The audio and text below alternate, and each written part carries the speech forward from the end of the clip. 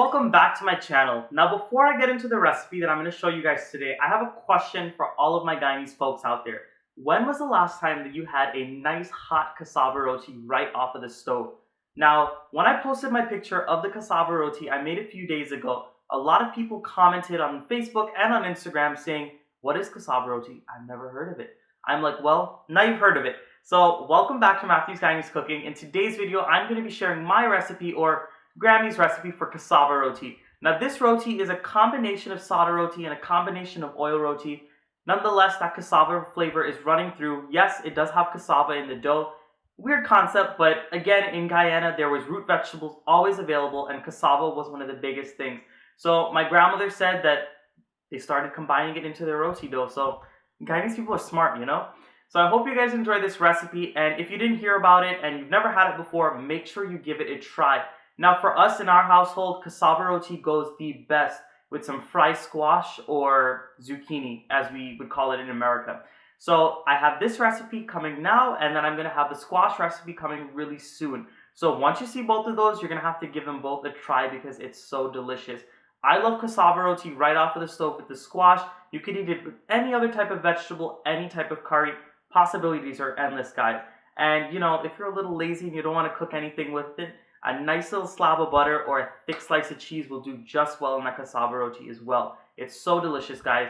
So without further ado, let's get into the recipe, and I'm going to show you guys how this delicious sada roti or cassava roti is made. The ingredients that I'm going to need for my cassava roti today are very simple. All you're going to need is, of course, your cassava, which is the star of the show. You're going to peel your cassava, and then you're going to grate it on the finest side of your grater, so this way you can get a very fine texture such as this. Then of course you have our flour, we have a little bit of salt, we have some butter, and this is unsalted butter that I've just melted a bit, it's softened, and I have some baking powder as well as some water to help me bring my dough together. Now I wanted to mention, if you only had salted butter, then what you want to do is omit the salt, and you can go ahead and use your salted butter because it already contains the salt on the inside. So now let's get into working the dough together. Into my bowl, I'm going to go in with all of my flour. And then I'm going to go in with all of my grated cassava. And you're also going to want to add in all of your baking powder, all of your butter, and all of your salt. Once all of your ingredients are added into the bowl, you're going to go in with some clean hands and you're going to go ahead and give it a nice mix. Now there's not really any rhyme or rhythm when putting this dough together, so as you guys can see, I just really dumped everything into the bowl. You really don't need to have a specific regimen onto what you're going to put into the bowl first because it does not matter too much. The dough is very forgiving. So once you mix all of these ingredients in, and then you can feel like whether it's going to need a lot of water or not, but you can start streaming in your water little by little. And I'm using lukewarm water here. And you do not want to use cold water for this because if you do, the roti is going to turn stiff when you're cooking it. So I'm going to continue adding water gradually, and I'll come back and show you guys what the finished dough looks like.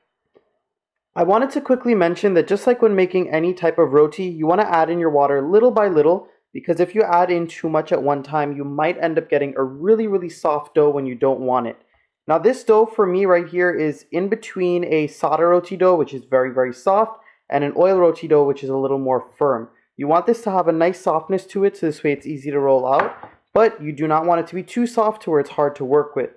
Adding the cassava into the flour actually changes the texture a bit, so this type of roti is a little harder to work with, but I promise if you follow these steps, you guys are going to have some of the best cassava rotis ever. So I'm going to continue kneading this for about 1 to 2 minutes, just until everything's incorporated and the dough is a little bit smooth, and then I'll show you what to do next. I finished kneading my dough and I got it into one uniform ball. What I'm going to do now is cover this with plastic wrap, and I'm going to allow it to sit and rest for about 10 to 15 minutes. You could let it go for a little longer, up to about 30 minutes if you have the time, but it's not necessary. 10 minutes will do the trick. So I'm going to cover it, let it rest. The reason we're doing that is because we just developed all of those glutens in the flour by kneading it so much. So you really want to allow it to rest a little bit, so this way those glutens can rest and you can get a nice soft roti in the end product. So I'm going to cover this and I'll come back and show you guys the next step. After about 15 minutes of resting, your dough is ready to use and ready to cook. So what I've done is I've broken my dough into little balls, and you can make your roti as big or as small as you want. I recommend you make them the size of your tawa, so this way it's not too hard to cook. Once you go ahead and break them into balls, you're going to smooth them out. So I'm just rolling them in the palm of my hand and then gathering the sides, so this way I have one smooth ball. So I'm going to go ahead and do this with the rest of my dough pieces. Once you've completed the process of smoothing out all of your dough balls, you're going to go ahead, lay them down on your surface, and you're going to cover them with a damp paper towel, so this way as you're rolling and cooking your rotis, the rest of the roti dough will not dry out.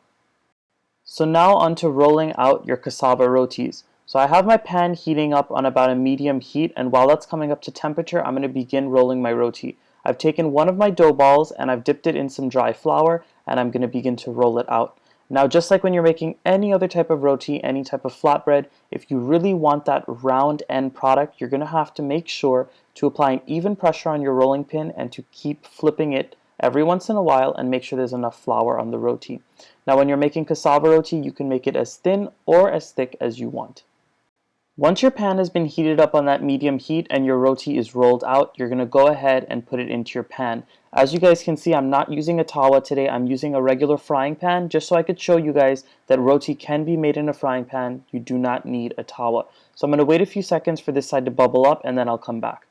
After a few seconds of cooking on one side, you're going to notice that there are a few small bubbles that form around the cassava roti. So what I went ahead and did was I flipped it, and I'm brushing on a little bit of oil now. Now, if you did not want to use oil, feel free to use a little bit of ghee. You could use some butter, coconut oil. You could also use a mixture of any type of oils or fats that you would like, and as per your taste. So once you oil the one side, you're going to flip it over again. And as you can see, I'm oiling the other side. And I'm going to give it one last flip. And what I'm going to do is I'm going to allow it to brown evenly on both sides. This is going to take like another 30 to 40 seconds, and then we can remove it from the heat. And once you flip it a few times and you see that cassava roti has some beautiful golden brown spots on the edges as well as throughout the roti, it is time to remove it from the heat.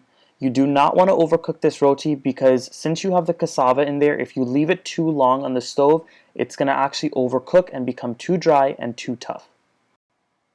Once you've removed your first roti from the pan, it's time to just repeat this whole process with the remaining dough balls until you've finished all of them. So all you're going to do is roll your roti dough out, make sure you have enough flour on that roti so this way it doesn't stick, and then you're going to add it onto your preheated pan, of course keeping your heat regulated so that roti doesn't overcook or it doesn't undercook.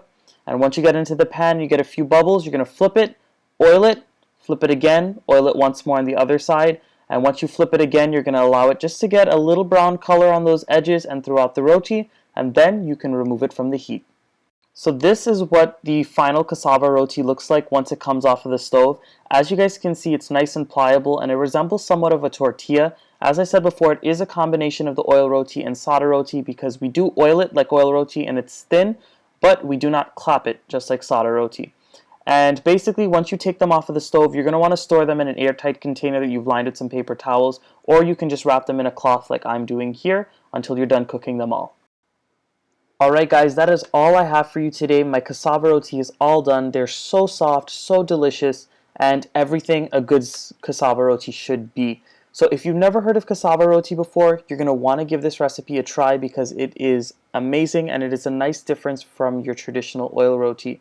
I had mine with fried squash, as I said before. Be on the lookout for that recipe. But in the meanwhile, enjoy this cassava roti recipe. I'll see you all very soon in my next video. Make sure to subscribe if you're not subscribed yet. Give this video a nice big thumbs up.